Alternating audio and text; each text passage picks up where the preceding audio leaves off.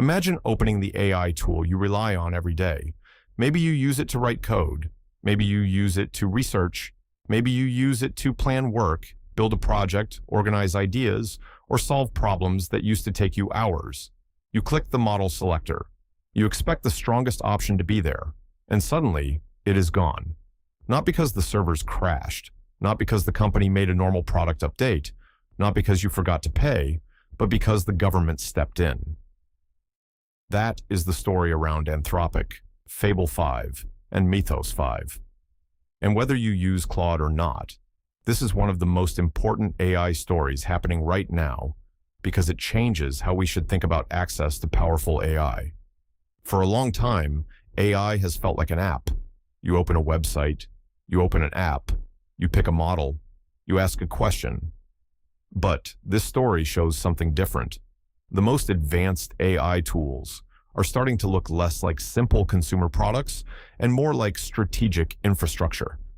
Something governments care about, something companies may be forced to restrict, something that can be turned off, limited, or gated by rules that have nothing to do with your subscription. That is the signal. On June 9th, Anthropic launched Claude Fable 5 and Claude Mythos 5, two of its most advanced models. The rollout created immediate excitement because these models were positioned as powerful frontier tools for coding, reasoning, research, and complex work. For people who already live inside AI tools every day, this was not just another model option.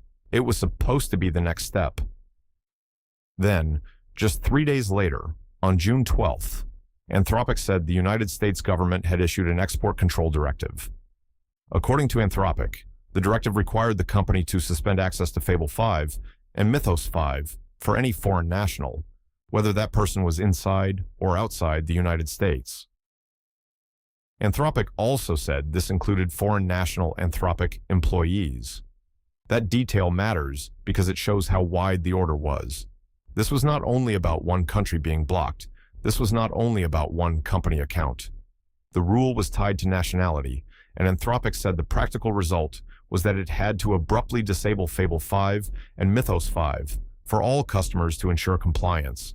That is the part that turns this from policy news into a real user story.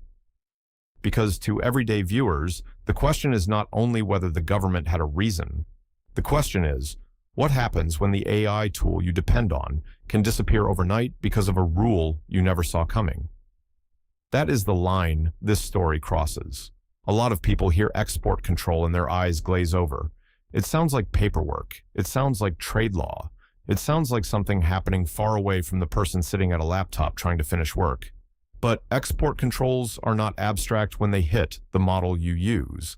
If you are a developer building with Fable 5, your workflow changes that day. If you are a small team using Mythos 5 for research or analysis, your process breaks. If you are a creator, student, founder, analyst, or operator relying on the strongest available AI, suddenly you have to switch tools, accept lower performance, or rebuild your process around something else. And if you are outside the United States, or if your team includes people across borders, the message feels even sharper. The best AI may not always be equally available. That is the core of today's video. This is not only about Anthropic, it is about the future of AI access. Because if advanced AI becomes strategic infrastructure, then access becomes a power question. Who gets the best models? Who decides? What rules apply? Can a company promise access if a government can override it? Should powerful AI be treated like any other software tool or like a dual-use technology that needs national security controls? And what should everyday people do when the tools they use are no longer guaranteed? That is why this story matters.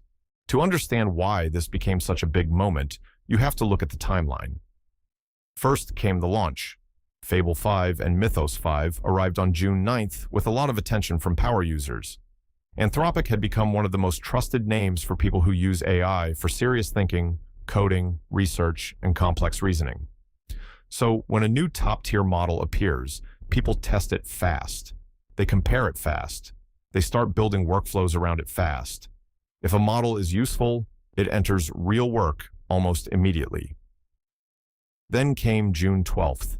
Anthropic published a statement saying the United States government, citing national security authorities, had issued an export control directive to suspend all access to Fable 5 and Mythos 5 by any foreign national. Anthropic said the result was that it had to disable both models for all customers. The reason that matters is practical. The internet does not always make nationality easy to enforce in real time. A person can be in one country, work for a company in another, use a cloud platform in another, and collaborate with teammates across the world. Enterprise accounts can include mixed teams. Cloud integrations can route through different systems. So if the directive says certain people cannot access the models, but the system cannot cleanly separate every user instantly, the safest compliance move is to shut the models off broadly. That is why users who were not the target still felt the impact. This is the first lesson. When a rule hits cloud-based AI, the blast radius can be wider than the written rule. That is why paying subscribers were frustrated. That is why developers were frustrated. That is why businesses were frustrated. To the user, it looked like a tool they paid for vanished. To Anthropic, it was legal compliance. To the government, it was national security. To the rest of the AI world, it was a preview of frontier AI governance. And that tension is the whole story. The government side of this is not random. Powerful AI models can be used for good work, but they can also raise serious concerns around cybersecurity, vulnerability discovery, automation, and misuse. If a model can help a security team find flaws faster, it may also help a bad actor search for weaknesses faster. That does not mean every user is dangerous. It means the capability itself is sensitive. That is the argument for control. Governments already control exports of advanced chips, military technology, and other dual-use tools. So the question now becomes whether the most capable AI models should fall into that same world.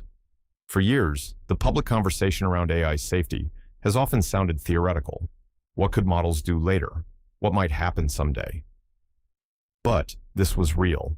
A model launched, a directive arrived, access disappeared. That is governance becoming real.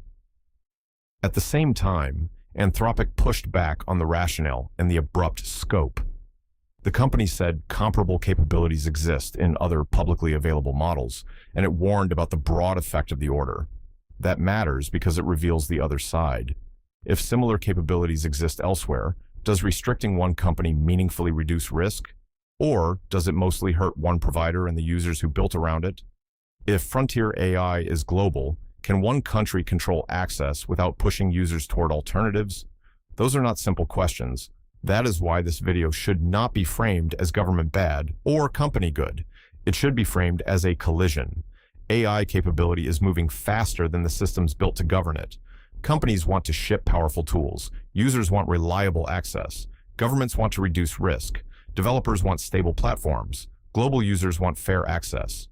Open model communities see moments like this as proof that people need alternatives. Everyone has a point. That makes the story important. The blackout reportedly lasted about 13 days before a quiet, phased return began around June 25th on some platforms. But even the return raised new questions. Was access fully restored? Would some users face additional checks? Would the models behave the same? Would identity checks become part of advanced model access? Anthropic's privacy policy update, effective July 8th, includes language around verification data, including possible age or identity confirmation in certain circumstances. That does not prove it was created specifically because of this event, but the timing makes people pay attention. Because once access to frontier models becomes a compliance issue, identity becomes part of the conversation. This is where the story gets bigger than one company. Most people are used to software being available as long as the company keeps the servers running and the user keeps paying. But frontier AI is starting to break that assumption. The strongest models are not just software in the normal sense. They are also compute-intensive systems. They are tied to cloud providers. They are tied to national security debates. They are tied to chip export rules. They are tied to cybersecurity risk. They are tied to global competition. That means access can be shaped by forces the user never sees. And that creates a reliability problem. If your business depends on one model, what happens if that model is restricted? If your coding workflow depends on one provider, what happens if access changes overnight? If your team is global, what happens if a rule applies differently to different people? This is what everyday people should understand. AI reliability is not only about uptime anymore, it is also about governance. A model can be technically working and still unavailable to you. A product can be excellent and still restricted. A company can want to serve customers and still be forced to comply with outside rules. That is a different kind of risk. At first, the question was simple: which AI is smartest? Then it became, which AI is best for this task? Now the question is becoming, which AI can I actually rely on? That is why the related stories matter. Around the same time, OpenAI was shipping practical updates. ChatGPT market share was reportedly slipping below 50% as Gemini and Claude gained share. Users were already living in a multi-model world, moving between tools depending on the job. This Anthropic story adds another reason why that behavior may grow. People may not only use multiple models because one is better at writing and another is better at coding. They may use multiple models because access itself is fragile. That is also why local and open models become part of the background. If the best cloud model can be restricted, local models and open-weight models start to look less like hobby projects and more like backup plans. They may not always beat the top frontier models. They may not be as smooth, as capable, or as easy for everyone to use. But they offer something cloud models cannot always offer. Control. If a model runs locally, it is not dependent on a single provider's live access rules in the same way. If a model is open weight, more people can inspect it, adapt it, and deploy it in different environments. That does not solve every safety concern. It creates other concerns. But it changes the balance of power. That is why this connects to the bigger AI future. We are not just watching a race for smarter models. We are watching a race over access. The companies building the models matter. The governments regulating them matter. The cloud platforms serving them matter. The users depending on them matter. And the alternatives that reduce dependency matter. For a long time, the internet was described as borderless. You could open a website from almost anywhere. You could use services across countries. You could build global tools with global audiences. But in reality, the internet has always had borders. Some services are blocked in some countries. Some data cannot move freely. Some platforms follow different rules in different places. Some apps are subject to sanctions, privacy laws, age rules, and regional regulation. Now, AI is entering that same phase. But the difference is that AI is not only content. AI is capability. It can write code, it can analyze documents, it can help find vulnerabilities, it can plan, it can reason, it can run workflows, it can support research, it can become part of a company's operations. So when access is restricted, the effect is not just that someone cannot watch a video or open a website. The effect can be that work changes, productivity changes, research changes, competitive advantage changes. That is why the Fable 5 and Mythos 5 story is a signal.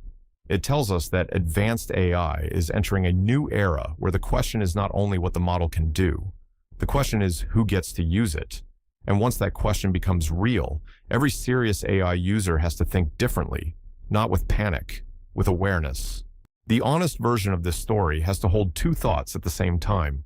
First, powerful AI really can create risks. It is not crazy for governments to care about who can access frontier models, especially when cybersecurity capabilities are involved. If a model can help defenders find vulnerabilities, it may also help attackers.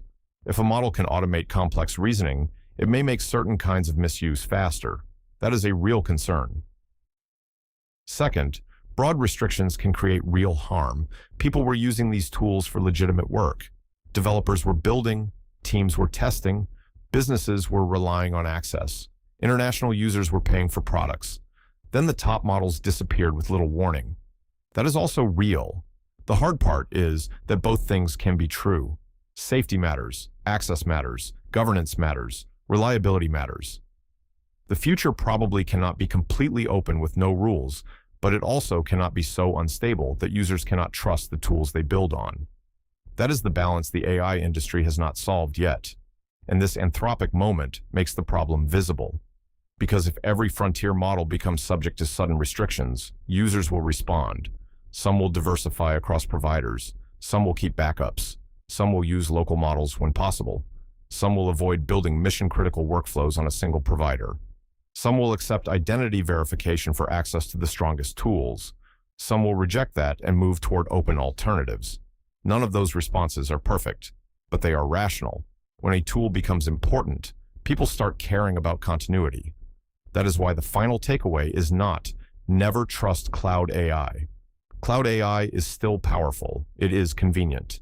It gives everyday users access to capabilities that would have been impossible a few years ago. The better takeaway is, treat advanced AI like infrastructure, not like a toy. If it matters to your work, have a backup. If your team depends on it, know your provider risk. If your product is built on one model, understand what happens if that model changes or disappears. If you use AI for serious work, learn which tasks need the absolute frontier and which tasks can survive on a different model.